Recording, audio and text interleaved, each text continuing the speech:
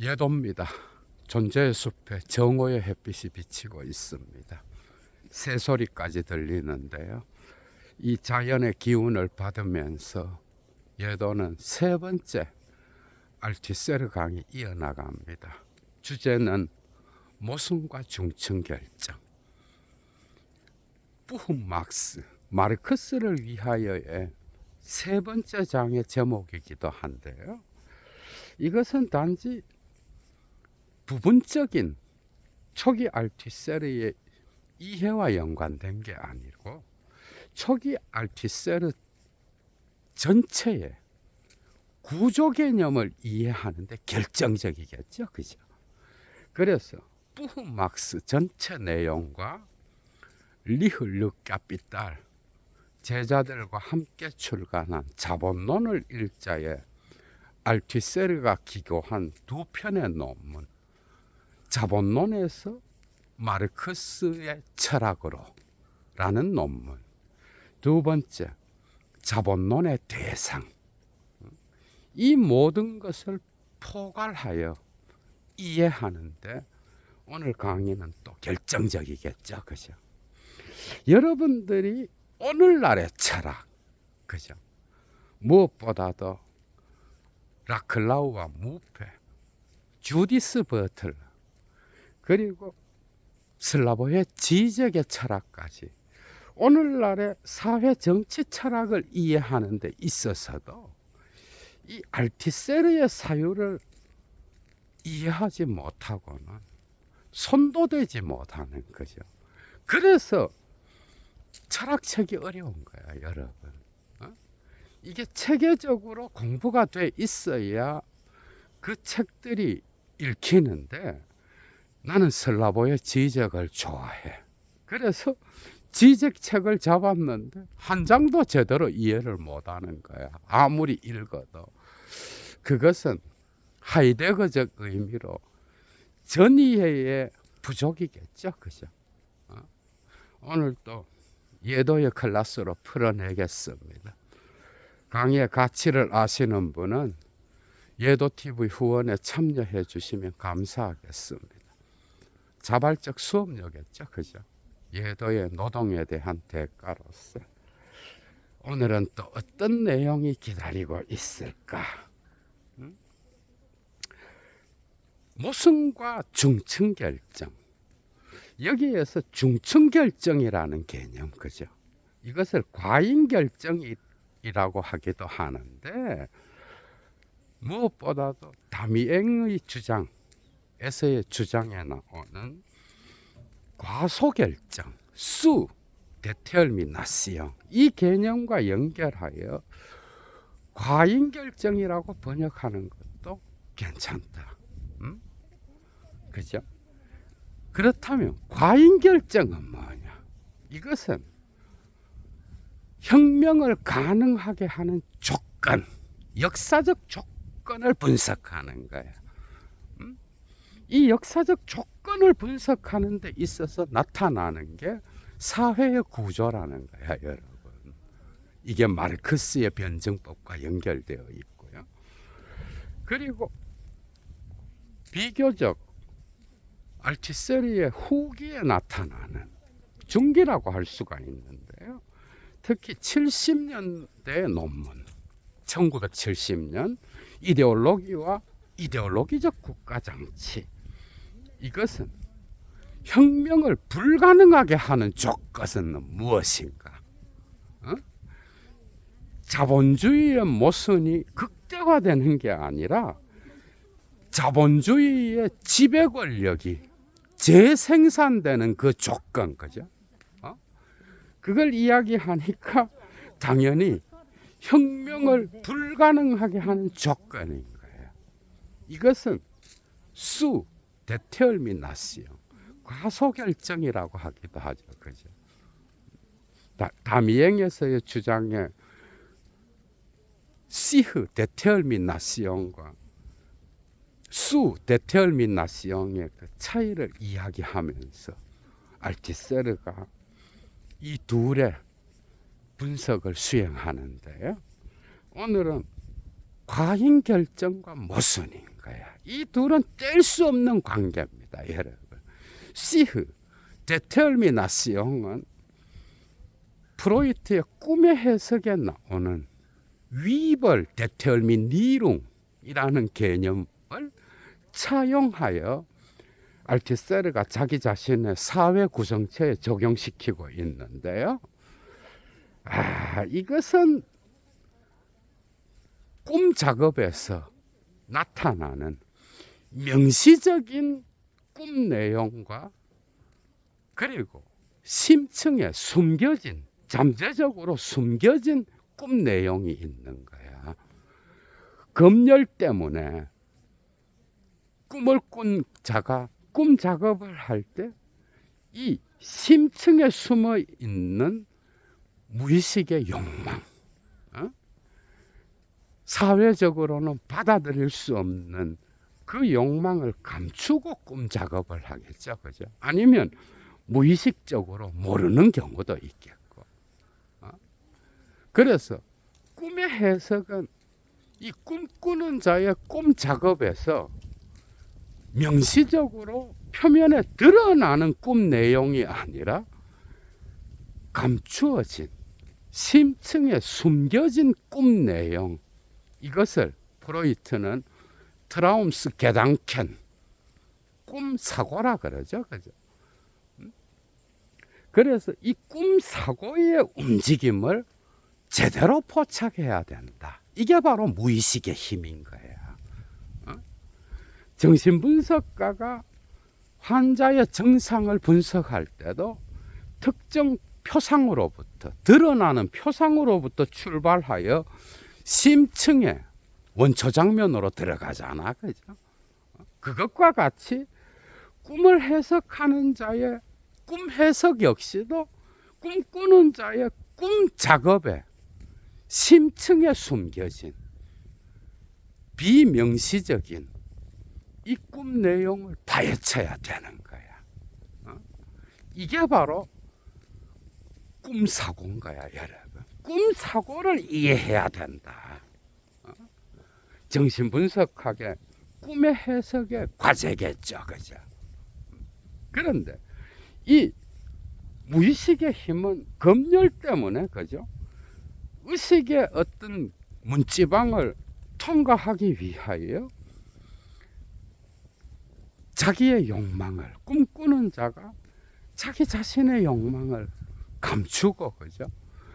그리고 그 대상을 중층 결정하여서 다양한 방식으로 위장하고 왜곡하고 그리고 은폐시키는 작업을 하는데요.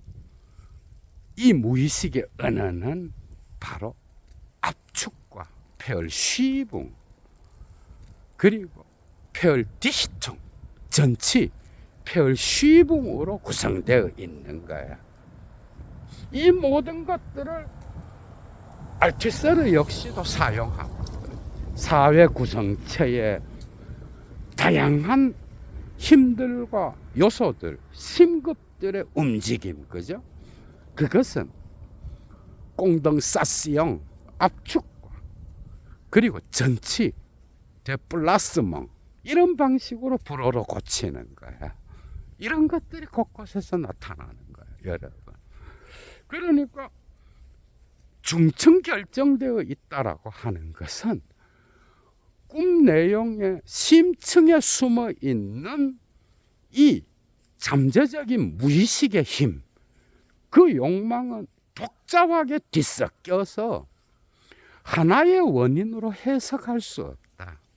그래서 필도이티카이트, 프로이트의 독일어 용어로 다이성이 숨어 있다는 거예요. 꿈의 내용을 위장하기 위하여 압축시키고 전치시켜서 대상을 바꾸고, 그죠? 그리고 특정 대상의 심층에 압축해서 그걸 보는 자나 듣는 자가 모르게 은폐시킨다라는 거잖아, 그죠? 이게 중층 결정인 거야, 여러분. 그러니까 무의식의 언어는 뭐야? 무의식의 언어는 압축과 전치야, 프로이트에게 있었어. 이건 락강에게로 옮겨지면은 로만 야콥스를 통하여 그죠? 압축은 은유가 되고 전치는 환유가 되잖아, 그죠? 이런 방식으로 바뀌는 거예요. 이 중층 결정을 이제 알티세르는 자기 자신의 사회 구성체의 구조를 형성하는 어떤 힘의 이동과 연관시켜서 이것을 가지고 가는 거예요, 여러분. 그러나 이 모순과 중층 결정은 어떤 무의식의 힘, 개인의 꿈꾸는 자의 어떤 무의식의 심층을 분석하는 게 아니라 특정 역사적 사건을 해석하는 알티세르만의 독특한 해석학적 방식인 거예요. 프로이트를 갖고 가서 여러분. 그런데 역사 가운데에서도 혁명이 왜 일어났는가라고 하는 혁명을 가능하게 하는 역사적 조건, 시티아시옹, 상황은 무엇인가? 이런 것들과 관계되겠죠, 그죠? 그래서 혁명을 가능하게 하는 조건. 알티세르는 러시아 혁명이 1917년에 일어났는데 왜 유럽에서는 자본주의가 발달하지 않은 러시아에 이 혁명이 일어났을까? 그래서 혁명을 가능하게 하는 조건은 뭐예요? 그것은 바로 자본주의의 모순인 거예요. 그래서 이 사회 구성체를 구성하는 모순과 중층 결정 개념은 마르크스의 변증법을 해명하기 위한 어떤 수단이기도 한 거야, 여러분. 알티세르가 볼 때 마르크스의 사유를 연구해 볼 때 헤겔의 변증법과 가장 큰 차이는 헤겔은 원인에서 목적으로 가는 정신의 운동, 그 과정에서 변증법을 말하잖아, 그죠? 헤겔의 변증법은 그래서 원인에서 목적으로 가는 어떤 직선적이지는 않지만 원한 운동을 하면서 진행해 가는 거죠. 어떤 나선형의 운동 방식, 그러나 진행해 가는 목적을 향하여 나아가는 그런 변증법이잖아. 그런데 마르크스에게서 나타나는 변증법은 이게 아닌 거예요. 이런 방식의 진행이 아니라 마르크스에게서는 모순이 결정적인 개념이라는 거예요. 모순. 자본론에서 주로 나타나죠, 그죠? 그래서 이 모순은 뭐냐? 그것은 생산력과 생산관계의 모순. 자본론의 초고로 알려진 정치경제학 비판 서문에 나타나죠, 그죠? 생산력과 생산관계의 모순, 생산 양식의 모순, 그리고 이것은 자본과 노동의 모순이죠, 그죠? 이 모순에서 유물론적 변증법이 진행된다라고 보잖아. 그런데 이것은 헤겔과 같이 어떤 목적을 향하여 나가는 게 아니라 이것은 모순에 의하여 이질적인 힘들이 다양한 방식으로 충돌하면서 통합적 구조를 형성하는 그런 방식이다. 그래서 레비스트로스의 구조 개념을 갖고 오는 거예요. 그러니까 이러한 헤겔의 시간성을 해체해버리는 거야. 이건 구조 개념인 거예요. 이 사회 구성체의 구조, 그 구조는 모순의 다양한 힘들로 구성되는 거야. 그래서 모순에는 주요 모순이 있고 부차 모순들이 있는데 이건 어떻게 보면 마오쩌둥의 모순론의 영향도 있겠죠. 있죠, 그죠? 있는데 다양한 모순들 가운데 하나의 모순이 다른 모순들을 지배하는 그런 관계, 도미낭스. 이 지배가 중요한 거야, 여러분. 지배의 구조를 갖는. 그러나 그 구조 하나가 다른 전체를 지배하면서 특정 방식으로 고착되는 게 아니라 이것은 역사의 상황과 연결되어서 끊임없이 변화하는 모순들의 충돌인 거야, 여러분. 그래서 단지 하나의 모순, 생산력과 생산 관계의 모순을 갖고 러시아 혁명의 역사를 해석하게 되면 그건 바로 실패해 버리는 거예요. 이제 마르크스를 또 수정하죠, 그죠? 여기에서. 그래서 생산력과 생산 관계, 자본가와 노동자, 자본과 노동 사이의 모순만을 갖고 역사를 해석하게 되면은 그 해석은 실패할 수밖에 없다. 그래서 이 모순 말고 다양한 다른 모순들과의 관계를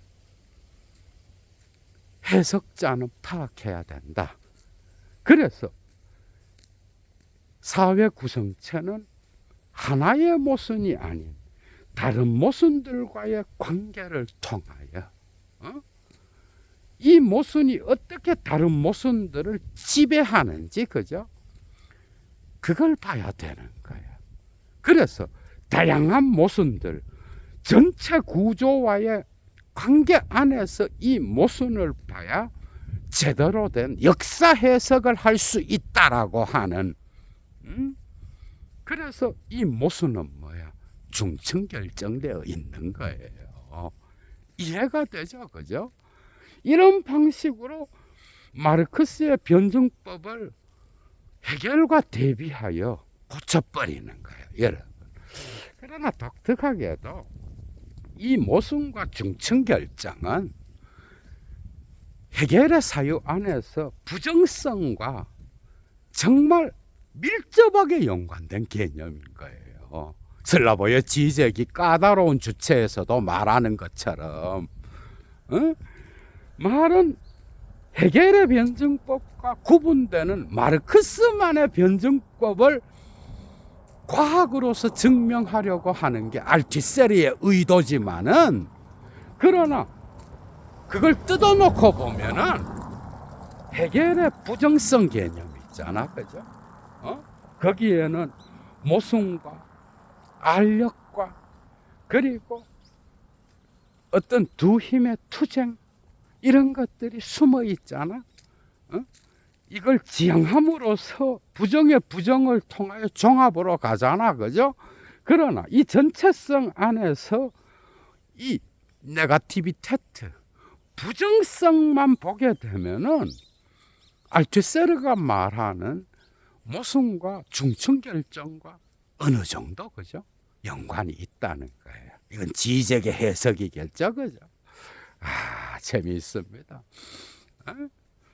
그래서 사회 구성체는 단지 어떤 마르크스가 말한 것처럼 경제적 신급이 정치적이고 이데올로기적인 신급을 결정하는 이런 방식으로 구성되는 것 같지만, 사실은 이 세 개의 신급이 복잡하게 연결되어서 중층 결정되어 있는 거야.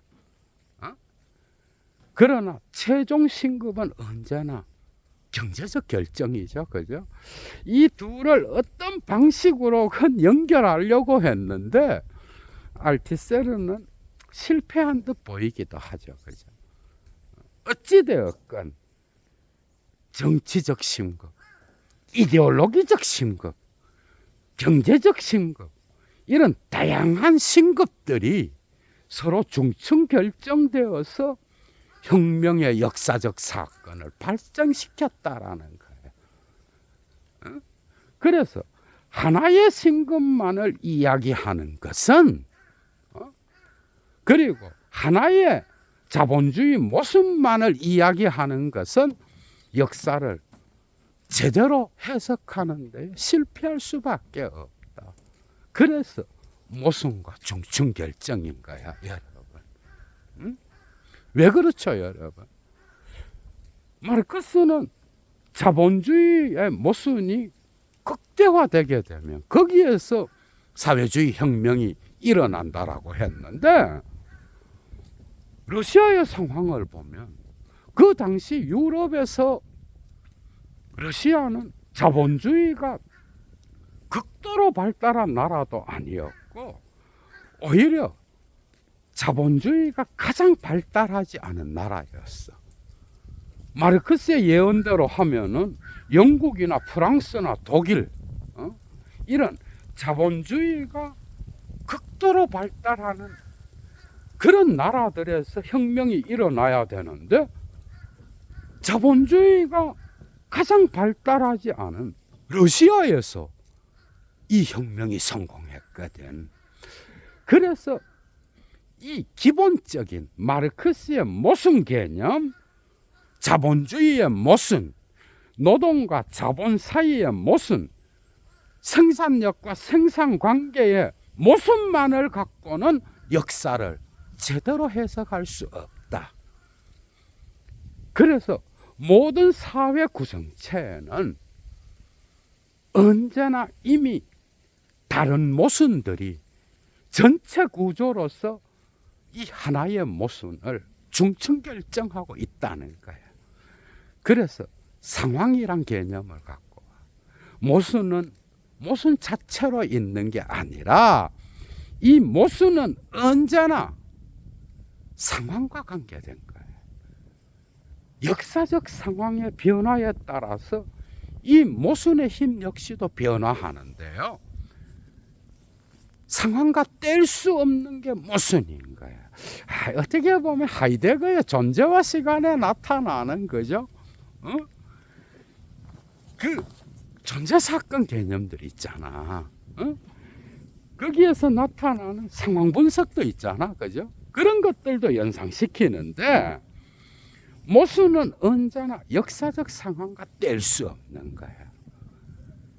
이 상황은 다양한 신급들로 표현되는 거예요. 사실 이 알투세르가 사용하는 앵스턴스 신급이라는 개념은 알투세르 자신의 개념이기도 하지만 사실 엥겔스가 썼던 개념이죠, 그죠? 엥겔스가 블로흐에게 편지를 쓰면서 썼던 독일어 인스탄츠 신급은 법률 용어죠, 그죠? 소송에도 절차가 있고 초기 절차가 있고 최종 절차가 있는 거야. 소송들의 단계를 설명할 때 쓰는 용어인데요. 이것을 이제 알투세르는 가지고 와서 최종 심급, 경제적 심급, 이데올로기적 심급, 정치적 심급 이런 방식으로 쓰는 거예요. 이 다양한 심급들이 구조를 형성하고 이것은 상황으로 표현되는데 하나의 모순은 이 전체 상황과 뗄 수 없이 연결되어 있는 거예요. 이 통합적 구조는 언제나 계속해서 역사적 상황의 변화와 더불어서 변화하는 그런 구조야, 여러분. 정체된 구조가 아니라 역사에 열려 있으면서 역사적 상황이 변화될 때마다 함께 변화되는 그런 상황인 거예요.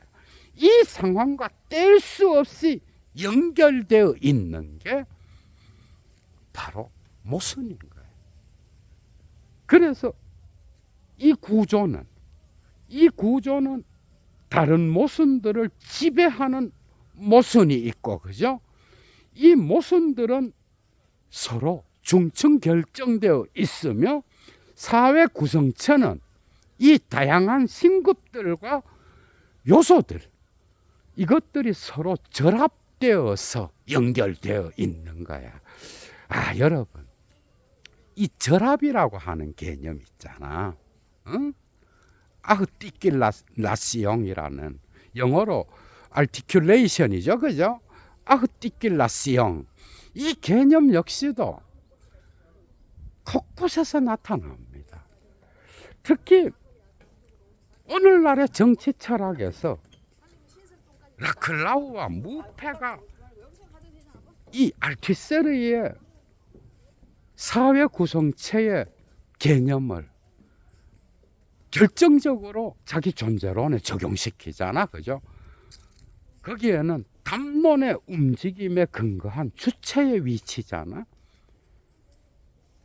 이들의 철학 뒤에는 알투세르가 있습니다. 그래서 영어로 articulation이란 단어가 나올 때 그걸 분절, 여러분들이 알고 있는 영어 개념으로 사용해 갖고는 이해를 못하는 거예요. 당연히 이 분절은 주디스 버틀러 그리고 슬라보의 지제 곳곳에서 비판적으로 사용하죠, 그죠? 오늘날의 정치 사회 철학자들 역시도 그죠? 이 알투세르의 사회 구성체에서 나타나는 이 구조 개념을 비판하기 위해서도 사용하고, 자기 철학을 확립하기 위해서도 사용하는 거예요. 물론 슬라보의 지적 뒤에는 그죠? 락강이 있지만은 바디우 뒤에는 누가 있어요, 여러분? 그러면 바디우의 존재론 뒤에는 하이데거가 있죠, 여러분. 그리고 네그리와 하트 뒤에는 둘레지의 존재론이 있는 거야. 영토화와 탈영토화의 변증법. 그런데 라클라우와 무페 뒤에는 이 알투세르의 존재론이 정말 중요하잖아, 사회 구성체로서. 그래서 아흐띠킬라시옹, 이 결합이라고 하는 이 개념은 다른 뜻이 아니라 사회 구성체의 다양한 신급들과 다양한 요소들은 서로 분리되어 있어. 마디마디마다, 그죠? 분리되어 있지만 유기체와 같이 또한 연결되어 있는 거야. 분리되면서 연결되어 있는 이 결합, 이것을 표현하기 위하여 알투세르는 사용하는 거예요. 다양한 어떤 힘들이 서로 결합되어서 사회 구성체의 통일적 총체성을 형성하는 그런 방식이죠, 그죠?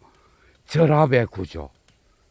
그리고 이 모순들은 또한 하나의 모순에 의하여 지배되는 도미낭스, 지배의 구조, 이런 걸 갖고 있죠. 그래서 이 사회 구성체는 계속해서 움직이는 거야. 응? 거기에는 결정적으로 모순들이 다른 모순과의 관계 안에서 결합되면서 변형되고, 그죠? 그리고 그 모든 힘들은 서로 중층 결정되어 있는 거야. 다시 러시아 혁명의 상황으로 들어가면 알투세르는 그래서 이 러시아 혁명이 가능했던 그 조건, 그죠? 그걸 말하면서 모순과 중층 결정을 말하는데, 마르크스와 같이 하나의 모순을 이야기해서는 러시아 혁명의 발생을 제대로 해석할 수 없는 거예요. 거기에는 다양한 다른 모순들이 있는 거예요. 제국주의와 식민지의 관계, 그리고 자본주의 자체 안에서의 모순의 관계, 그리고 러시아 사회에서 나타나는 점점 발달해가는 자본주의와, 그리고 여전히 이 발달에 참여하지 않는 중세의 봉건제도의 특성을 취하고 있는 농민의 관계, 이런 모순들, 그리고 지배계급 가운데서도 모순이 있는 거예요. 그 지배계급은 단지 자본주의가 완전히 발달하지 않았기 때문에 대부르주아와 소부르주아 사이의 관계가 아닌 거예요. 여기에는 대지주와 소지주 사이의 관계, 그리고 대부르주아와 소부르주아 사이의 관계, 이 모든 모순들을 함께 고려해야 되는 거예요. 자본주의와 봉건제 사이의 관계, 이 모든 관계의 모순, 그리고 제국주의를 통하여 나타나는 식민지, 이 사이의 모순뿐만 아니라 왜 전쟁은 일어나게 되는지, 이런 모순들. 그 당시에 서구 유럽에서는 1차 세계대전이 일어나잖아. 그죠? 이것과의 관계의 모순. 그래서 마르크스가 알려주는 것처럼 단지 하나의 모순, 노동과 자본의 모순만을 이야기해서는 러시아 혁명의 역사적 사건을 해석할 수 없다는 것. 다양한 모순들이 이런 방식으로 중층 결정되어 있기 때문에 여기에는 언제나 그 다양한 힘들의 충동, 다원적인 중심들이 함께 움직이면서 사회적 구성체 전체를 형성해가는 이런 방식, 언제나 이미 주어져 있는 구조의 총체성을 끊임없이 변화시키면서 다양한 모순들의 충돌이 나타나는 것. 그러나 이 모순들은 지배관계 안에 있다는 것. 이 지배가 정말 중요한 거예요. 서로 단절되면서 결합되는 결합의 방식. 그래서 사회 구성체는 계속해서 변화되는 거예요, 여러분. 그래서 모순과 중층 결정은 사실 마르크스의 변증법을 핵심적으로 건드리는 그런 개념이지만은 알투세르가 레비스트로스를 통하여 구조화시킨 거죠. 이 구조는 변화에 열려 있다라는 거예요. 역사의 사건에 다원적인 어떤 힘의 충돌은 단지 하나의 모순, 하나의 원인을 갖고는 해결할 수 없는 거예요. 그래서 해결과의 가장 큰 차이는 이 구조 안에는 원인과 목적이 없는 그러한 시간성의 운동이 없고 단지 힘의 이동을 통한 어떤 이질적인 불균등성, 이게 지배를 하겠죠. 그죠? 이 힘은 단지 균등하게 사회 구조 전체에 퍼져 있는 게 아니라 불균등하게 퍼져 있어서 특정 모순이 다른 모순들을 지배하는 그런 방식이죠. 그죠? 그래서 혁명이 가능했던 것은 이 다양한 모순들이 특정 모순을 중층 결정하면서, 그죠? 아니면 특정 모순이 다른 모순들을 결정하면서 그 사회를 변화시키는 혁명적 단절이 일어날 수 있었다라는 거예요, 여러분. 다른 유럽에서는 왜 발생하지 않았는가? 왜 러시아에서 발생했던가? 그것은 바로 중층 결정된 역사적 사건을 분석해야 제대로 된 이해를 할 수 있다. 그런 관점에서 중층 결정일 거예요. 뒤집어 사유하고 그리고 전체를 보는 눈을 갖고, 그러나 부분에서 어떤 모순이 강하게 부각되는지, 이것이 구조를 움직일 정도로 그렇게 강력한 강도를 갖는 이유는 무엇인지, 이 다양한 것들을 함께 고려하고 이 하나의 모순이 역사적 상황 안에서 어떻게 연결되어 있는지, 이 모든 것을 함께 고려해야 된다는 것. 그래서 사실 그죠, 이 모순과 중충 결정을 이야기하는 그 배경을 보면은 독일의 사회민주당의 마르크스주의자들이 있잖아, 그죠? 그들은 역사를 보는데 정말 순진한 거야. 그래서 막스적 역사 해석을 독특한 방식으로 창조하게 된 거야, 알티세르가. 사회민주당의 19세기 말과 20세기 초반 제2 인터내셔널을 이끌었던, 그죠?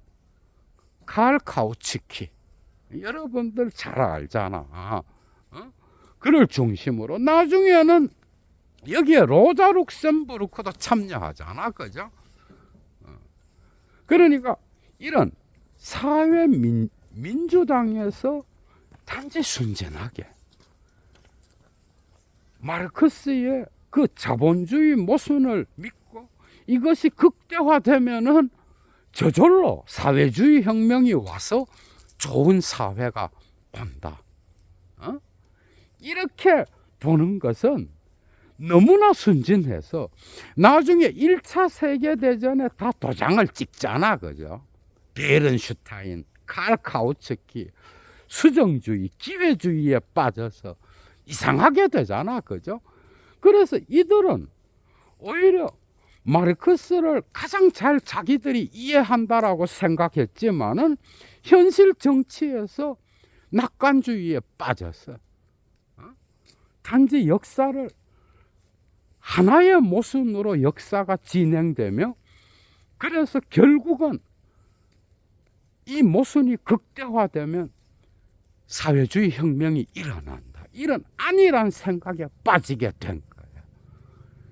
여기에서 통찰을 얻어서 단지 역사는 하나의 모순으로 돌아가는 게 아니라 다양한 모순들이 중층 결정되어 있다는 것. 거기에는 이데올로기적 신급이 언제나 작동하여 무의식적, 비의식적으로 이 역사적 사건에 개입하고 있다는 것. 정치와 경제의 신급이 복잡하게 돌아가면서, 그죠? 사실 이 최종 신급으로서의 경제는 곳곳에서 나타나죠. 1차 세계대전의 어떤 그 발발의 원인은 마치 경제적인 어떤 문제와는 관계가 없는 것 같지만 사실 그 배후를 들여다보면은 1, 2차 세계대전 전부 다가 자국의 이득을 위하여, 그죠? 오늘날도 그렇잖아. 오늘날 일어나는 전쟁들 역시도 이 경제적 신급을 무시할 수 없는 거예요. 결국 이게 원인이 되어서 전쟁을 벌이고 자기 국가의 중심으로 제국을 만들려고 하는 이런 다양한 모순들이 역사 속에서 실제로 나타나고 있는 거야, 여러분. 이것은 비의식적, 무의식적으로 중층 결정되어 있기 때문에 역사를 해석하는 자는 이 심층을 잘 들여다봐야 되는 거예요. 이런 방식으로 알투세르는 자기 자신의 사회적 구성체를 말하면서 여기에 핵심적인 힘의 개념으로서 모순과 중층 결정을 갖다 놓은 거예요. 역사의 특정 사건의 원인은 뭐야? 정말 다양합니다. 정말 다의적으로 복잡하게 뒤엉켜 있고 그 모순은 무수한 모순들과 연결되어서 거기에서 나타나는 다의성을 함께 읽어야 역사적 순진성에 빠지지 않는, 그래서 제대로 된 혁명의 원인을 파악할 수 있는 거야. 이 점에서 알티세르는 프로이트의 중층결정 개념을 개인의 꿈이나 정상의 무의식을 해석하는 그런 개념으로 갖고 간 게 아니라 이것을 특정 혁명의 역사를 해석하는 데에 갖고 갔다는 거예요. 이 힘들은 압축과 정치를 통하여 그죠?